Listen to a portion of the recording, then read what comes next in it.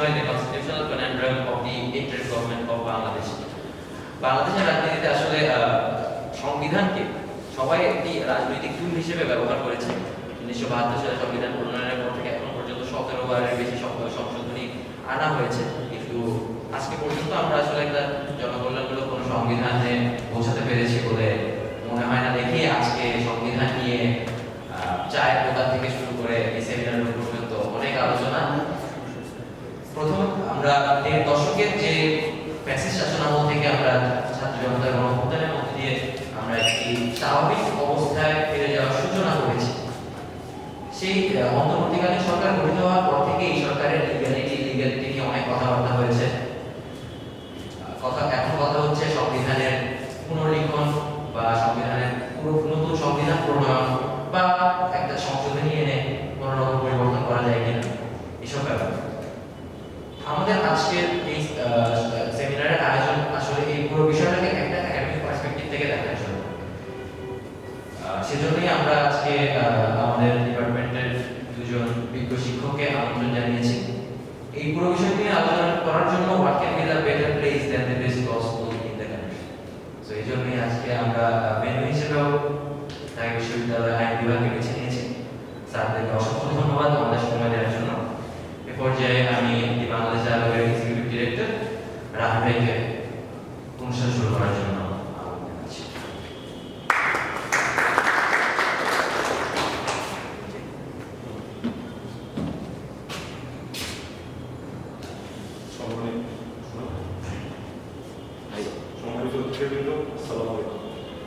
আপনাদের সামনে আসলে সবাই নিজেরাই সংবিধান বিশেষজ্ঞ হবেন হচ্ছে, সো এই জন্য আপনাদেরকে আসলে আপনাদের সামনে আমাকে নিজেকে অনেক ক্ষুদ্র মনে হচ্ছে, বাট তাও এটা সৌভাগ্য আপনাদের সামনে চান্স পেয়েছি।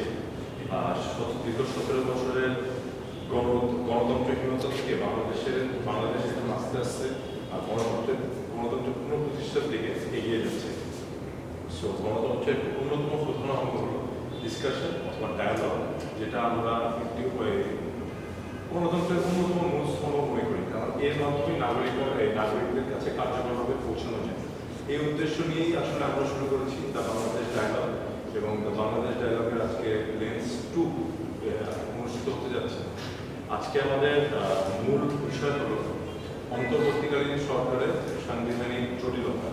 এখানে অনেকে আলাপ করছিলেন যে ইংলিশে নাম হওয়াতে কনস্টিটিউশনাল কনন্ড্রাম বা কোনো আসেননি, বাট যেটা বাস্তব।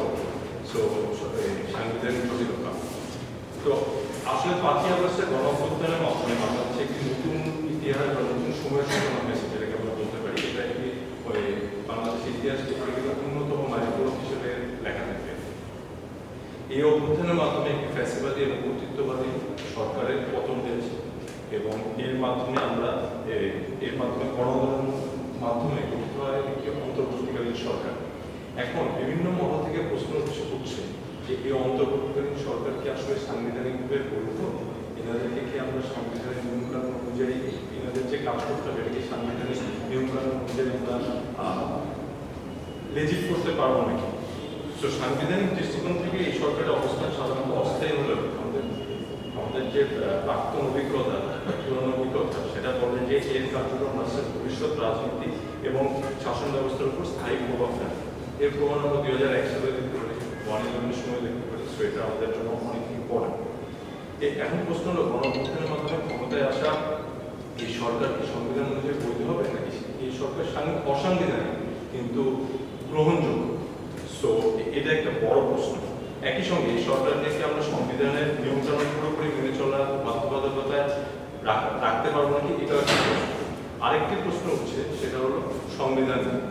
সো সংবিধান যেটা আমাদের নাগরিকদের সাথে সামাজিক চুক্তিপত্র, তো সংবিধান নিয়ে যেটা মূল প্রশ্ন সেটা হলো যে অনেক মহল থেকে বলা হচ্ছে যে ফ্যাসিবাদের সহায়ক হলো এই সংবিধান। সো এখন আমাদের বিভিন্নভাবে কথা হচ্ছে যে সংবিধান পুনর্লিখন করা হবে, সংবিধান সংশোধন করা হবে।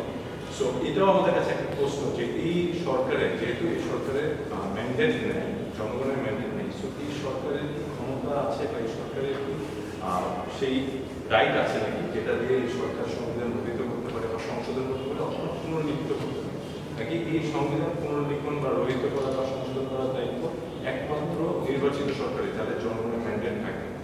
সো এইগুলো নিয়ে আজকে আমরা আলোচনা করবো। আমাদের সামনে দুজন অতিথিবৃন্দ স্পিকার এসেছেন। সো আমরা আজকের আলোচনা আমরা এই প্রশ্নগুলোর উত্তরই খুঁজবো আর বুঝতে চেষ্টা করবো অন্তর্বর্তীকালীন সরকার গঠনের এই প্রক্রিয়া রাষ্ট্রের আইনি কাঠামো গণতান্ত্রিক অগ্রগতিতে কি ধরনের চ্যালেঞ্জ তৈরি করছে। সো এই বলে আমি আমার বক্তব্য শেষ করছি। Thank you.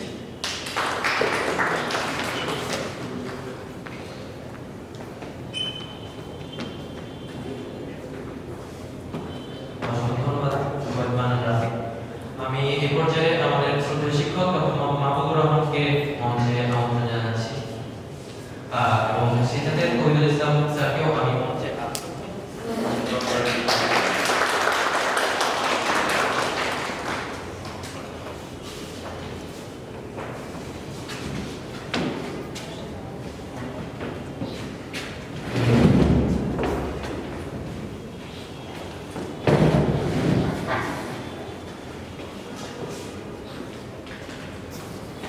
পর্যায়ে বক্তব্য রাখবেন doctor Mahbubur Rahman, professor, department of law, university of Dhaka.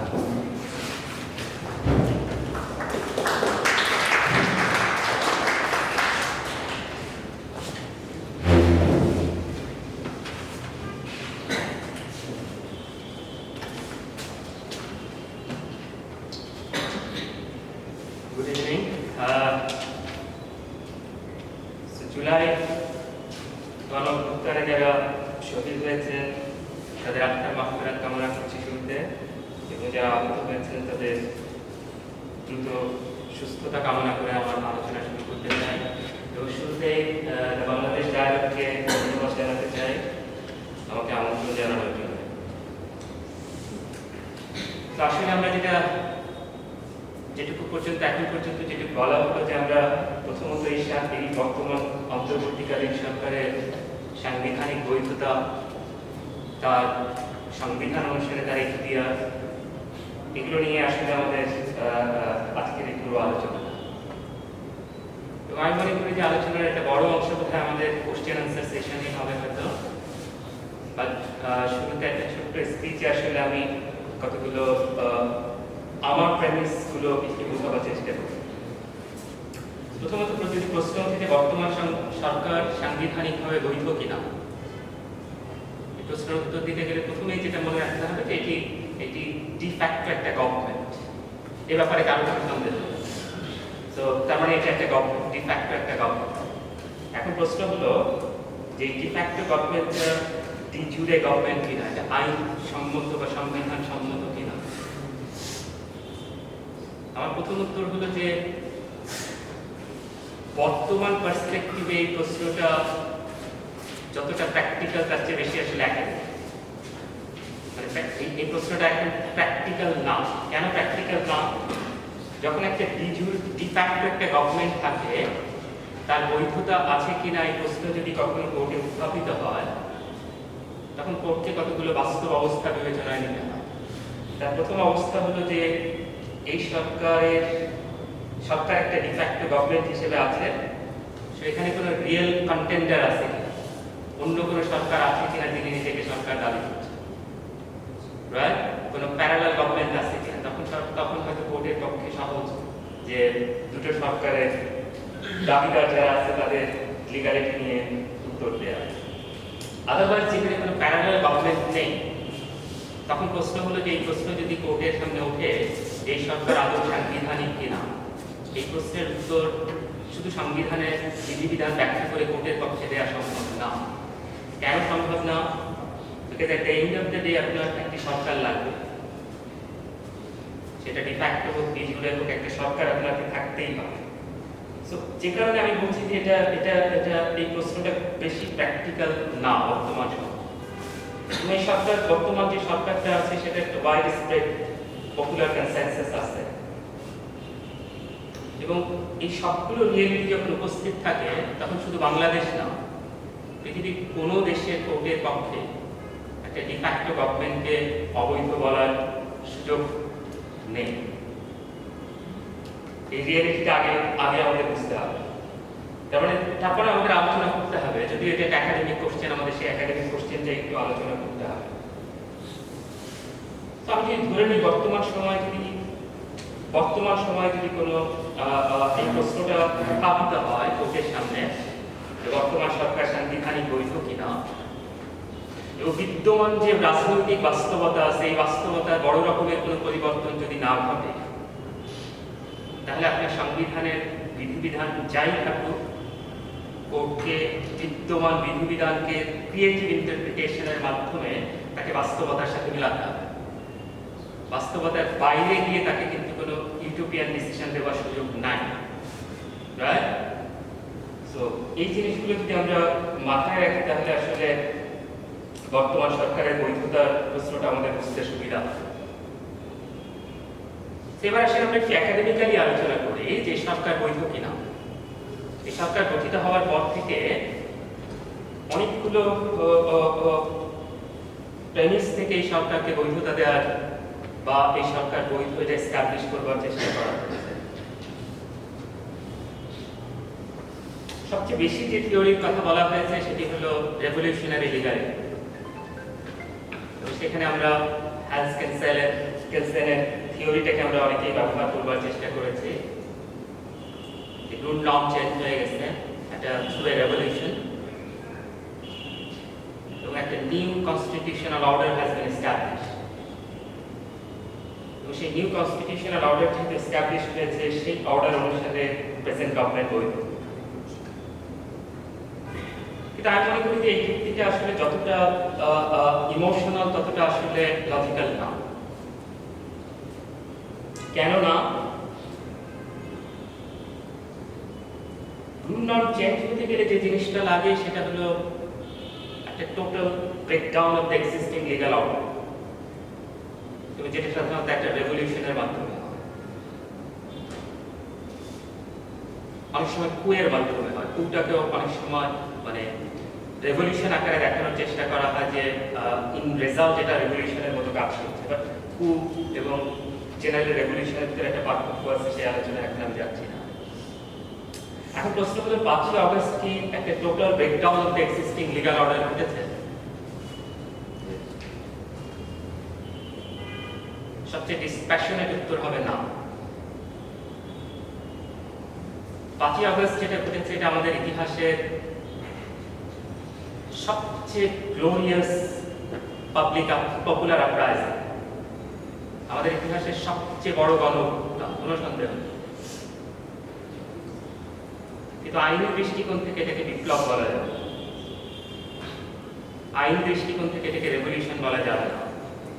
তো 5ই আগস্টে যে সরকারটা গঠিত হয়েছে সে সরকার নিজেও কি দাবি করেছে সে এক্সিস্টিং লিগ্যাল অর্ডার পুরোপুরিভাবে ডিসম্যান্টেল করে নতুন লিগ্যাল অর্ডার এস্টাবলিশ করেছে? উত্তর হলো না, বরং তারা বিদ্যমান সংবিধানের অধীনে শপথ নিয়েছে। তো তার মানে এখানে রেভলিউশনারি লিগ্যালিটির অ্যাপ্লিকেশনের সুযোগ আসলে খুবই সীমিত না, আসলে নেই। সো হ্যান্স কেলসেন আসলে আমাদেরকে এখানে হেল্প করছে না। হ্যান্স কেলসেনের জুরিসপ্রুডেন্সিয়াল থিওরির সাথে আমার ব্যক্তিগতভাবে অনেক দ্বিমত আছে, বাট আমি যদি তার থিওরিটা মেনেও নেই, তার থিওরি অনুসারে আসলে বর্তমান সরকারকে বৈধতা দেওয়া যাবে না। সেকেন্ড একটা ইস্যু আছে যে অনেকেই এই সরকারের বৈধতার প্রশ্নে article 7 of the constitution refer করছে। আর্টিকেল 7 অনুসারে আমরা যেটা বলি যে সংবিধানের টেক্সট আমার কাছে নাই, যে will of the people is the supreme law, right? Will of the people এটাই আমাদের সংবিধানের পৌলিস্টার আর্টিকেল 7। কিন্তু আর্টিকেল 7 এর মাধ্যমে সরকারের লিগ্যালিটি এস্টাবলিশ করার চেষ্টাটা sometimes can be self-defeating। কেন self-defeating হতে পারে? If you look at Article 9, Article 9 এ জনগণের ইচ্ছার কথা বলা হয়েছে, এটাকে সর্বোচ্চ মর্যাদা দেওয়া হয়েছে। খেয়ালভাবে পাশাপাশি সেখানে একটা লিমিটেশন আরোপ করা হয়েছে এক্সিস্টিং কনস্টিটিউশন। সেটা কি যে উইলটা এক্সপ্রেসড হবে through the means established by the constitution। এখন যদি প্রশ্ন ওঠে যে বর্তমান সরকারকে কি জনগণ কোনো কনস্টিটিউশনাল মিনসের মাধ্যমে এস্টাবলিশ করেছে জনগণ? উত্তরটা হলো না, রাইট? এটা একটা অন্য প্রসেসের মাধ্যমে এস্টাবলিশ হয়েছে। তো এই সরকার গঠনের ক্ষেত্রে পাবলিক উইলে কাট হয়েছে ব্যাপারটা, এবং সেটা আর্টিকেল 7 দিয়ে কভার হবে এটা আমি মনে করি না। বাট এই সরকারের বৈধতার প্রশ্ন ভবিষ্যতে উঠে আর্টিকেল 7 অবশ্যই আমাদেরকে হেল্প করতে পারে। সেটা কি? ওই যে আমি বলছিলাম যে বৈধতার প্রশ্ন উঠলে বিদ্যমান বাস্তবতা অনেক সময় কোর্টকে এক্সিস্টিং প্রভিশন রিইন্টারপ্রিট করতে হয়। কনস্টিটিউশন একটা living document.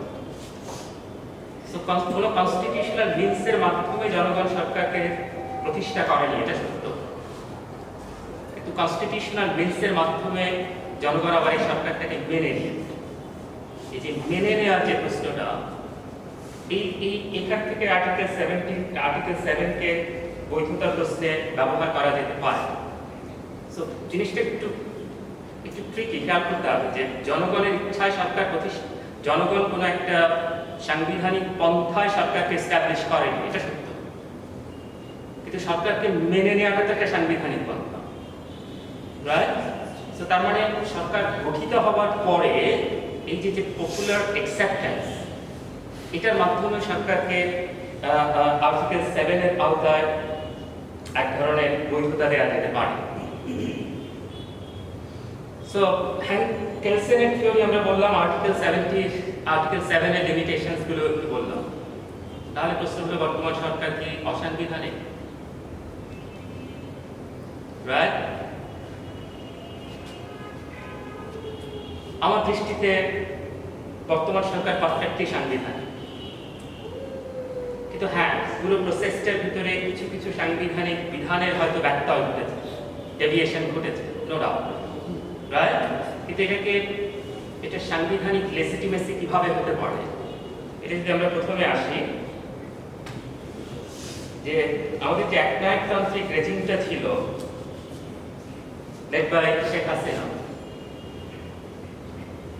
So the Prime Minister resigned or played out or whatever, right? তার মানে প্রাইম মিনিস্টার নেই। এরপরে আমাদের যেটা হয়েছে, প্রেসিডেন্ট সংসদ ভেঙে দিয়েছে।